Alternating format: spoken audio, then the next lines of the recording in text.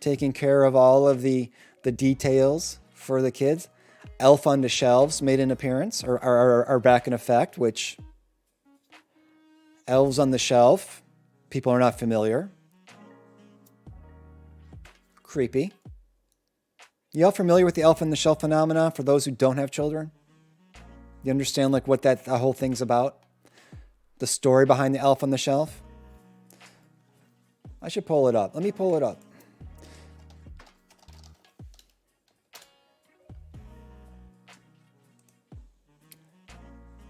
Yeah, that's not scary.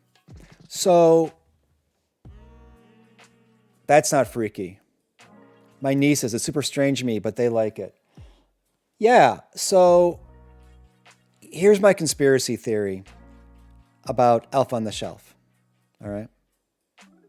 The story behind the Elf on the Shelf is that they work for Santa Claus. And in working for Santa Claus, their job is to do surveillance of young children, young people, to determine whether or not they have been compliant in their behaviors. And so what they do is they come into your home, largely uninvited. They just show up, right? So you don't invite them in. All of a sudden after Thanksgiving, right? There they are. They're just there.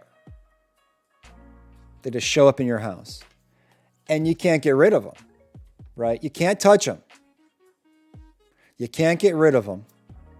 Their job is to report back to Santa Claus what it is that you're doing. Okay? So it's not even covert operation, because what they do is they make younger generations comfortable with the idea of overt surveillance into their personal lives. Right? And the idea here is that Santa Claus has these basically red shirts. Not brown shirts, but red shirts, whose job it is to infiltrate your home without being invited, set up camp, move around the house to locations of their choosing in order to look at you and determine whether or not you are being orderly, compliant, subservient, good, whatever that means. And if you're not, what they're going to do is they're going to report back to Santa Claus that you, in fact, were not a good doobie, that you, in fact, were doing things that were inappropriate, untoward, unwarranted, negative, and as a result, you are on the naughty list. Now, what the naughty list entails ultimately, hard to say, right? Because no one has access to the inner sanctum of the North Pole. Could be any number of things. It could be coal in your stocking on the less extreme end, or it could be a lifelong banishment by having a permanent file, like during the House Un-American Commission or House Un-Affairs Committee with the Red Scare, just having your name in a file, which puts you on a blacklist, a Santa blacklist for the rest of your life. Now, the really scary thing about this is that the elves are reporting back to Santa what they are interpreting as naughty behavior. Now, there is no opportunity for you to challenge those accusations in any kind of court or tribunal. It's kind of like a star chamber environment. It's a secret evidence kind of setup where the elves on the shelf simply report back to Santa something happened. Now, I don't know if there's recordings. I don't know if there's any other process that happens in which a commission or some kind of other body than like a grand jury, like an elf grand jury, would look at the evidence to determine whether or not it reaches a threshold to actually go to trial, or if it's just based on the elf on the shelf assessment of being naughty, that Santa doesn't even look into it any further. There's no chance for appeal. There's no chance to actually refute the allegations because you don't even know what the allegations are. There is no mechanism that alerts you that such a report has been filed against you by one of these elves. So one could wonder what kind of, number one, anxiety this produces in children. And do they just simply get used to the idea of having overt surveillance into their lives? And as a result of that overt surveillance, the risk of having summary judgments made against them without the opportunity to refute those judgments through appeal or providing any kind of mitigating factors or challenging the factual nature of that evidence. There's no opportunity for that. So this is the elf on the shelf season. Yes, add them all together. Snitching on the little kids. It is snitching. And where I come from, snitches get stitches. That's where I come from. But here, and you cannot touch or irrational interpretations of it. I know. Like you can't touch the elves on the shelf because if you do, they die or something. I forgot what the actual story is. But you can't touch them. So if they just like stare at you, right? They will just sit there and just stare at you, right? And there's nothing you can do about it. You can't kick them out. You can't get rid of them. They're just there.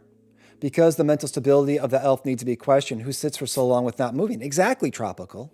I mean, the idea that the elves just sit there with that look on their face, right?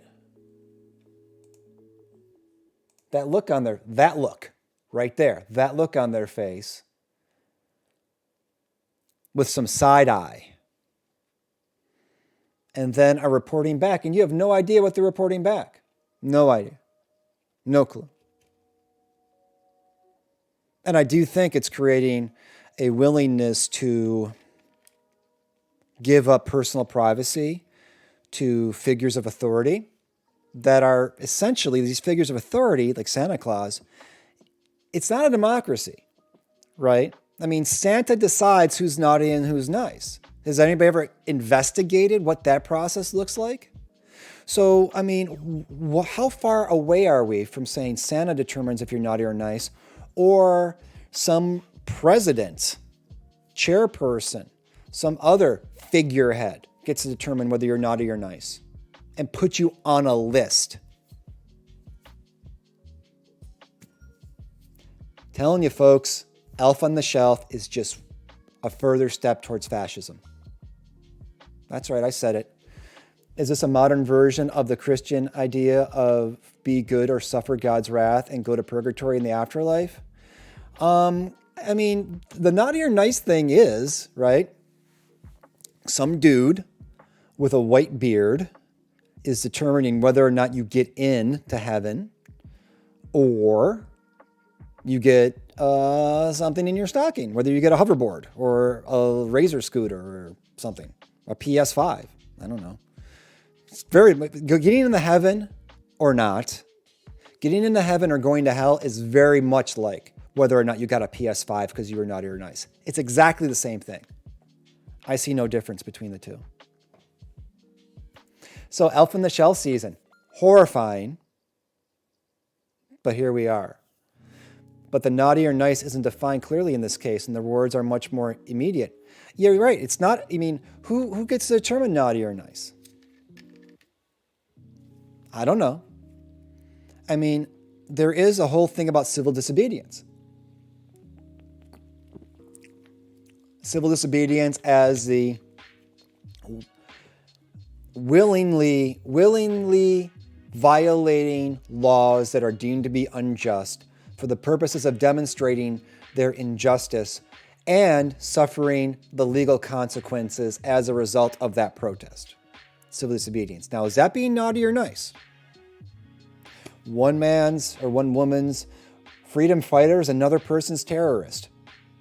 So, like, let's say a child does something against a parent's wishes, but those wishes are in fact unreasonable, unjust, unkind, not good. Who's determining naughty or nice? I don't know. Santa is. Based on what? What kind of training in ethics does Santa Claus have? In all those stories about Santa, I do not see, and this is Bunabun's area, Dr. Bunabun, I do not see any training in virtue and ethics, justice, right? It's just these notions of obey your parents, obedience, obey. So the whole, and then to make sure you're obeying, right? We're going to put that sucker up there in your house. And we're going to make him smile so that it doesn't seem threatening. But they're up to some business, for sure. Santa's ethical standing might be culturally biased. Exactly. Totally culturally biased. I know Santa's supposed to be a man of the world, but at the same time, I don't know. These look like a whole bunch of white elves to me. So, what's the, what is the status of DEI in the North Pole? I don't know. Are there cultural representations? Are there cultural representatives there to make determinations that are context sensitive around whether a child is being naughty or nice? But around 7, I chose to call my maternal unit by her first name, having decided her qualifications were suboptimal. Fair. That's very fair.